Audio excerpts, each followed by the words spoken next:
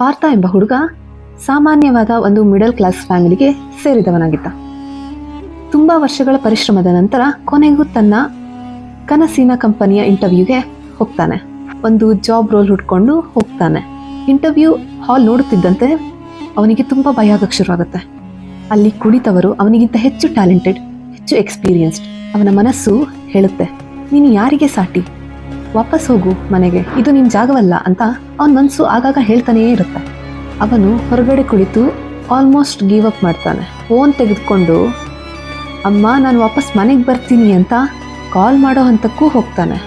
ಆ ಕ್ಷಣ ಅವನಿಗೆ ಅವನ ಅಮ್ಮ ಬಾಲ್ಯದಲ್ಲಿ ಹೇಳುತ್ತಿದ್ದ ಕತೆ ನೆನಪಾಗುತ್ತೆ. ಮಹಾಭಾರತದ ಯುದ್ಧದ ಒಂದು ಸಂದರ್ಭದಲ್ಲಿ ಅರ್ಜುನ ಕೂಡ ಹೀಗೆ ನಿಂತಿದ್ದ, ಹೆದರಿದ್ದ, ಗೊಂದಲಪಟ್ಟಿದ್ದ. ಅರ್ಜುನ ಬಿಲ್ಲು ಕೆಳಗೆ ಹಾಕಿ ತನ್ನವರನ್ನು ನೋಡಿ ಹೋರಾಡೋದನ್ನು ನಿರಾಕರಿಸಿದ ಕ್ಷಣ.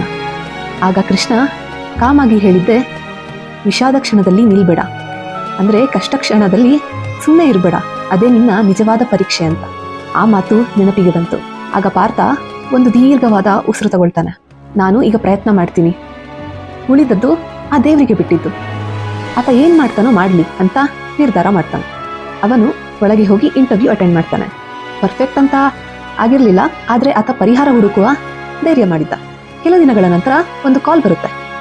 ಆ ಕಡೆಯಿಂದ ಯು ಆರ್ ಸೆಲೆಕ್ಟೆಡ್ ಅಂತ ಹೇಳಿಸುತ್ತೆ. ಈ ಕತೆ ನಮಗೆ ಏನು ಹೇಳುತ್ತೆ ಅಂದರೆ, ಒಮ್ಮೆ ಮನಸ್ಸು ಕುಸಿಯುತ್ತೆ, ಆದರೆ ಏಳೋ ಕ್ಷಣವೇ ನಿನ್ನ ದಾರಿ ಬದಲಾಗುತ್ತೆ. ಇದು ಭಗವದ್ಗೀತೆಯ ಮೊದಲನೇ ಅಧ್ಯಾಯದ ಒಂದು ಎಕ್ಸಾಂಪಲ್ ಕತೆ.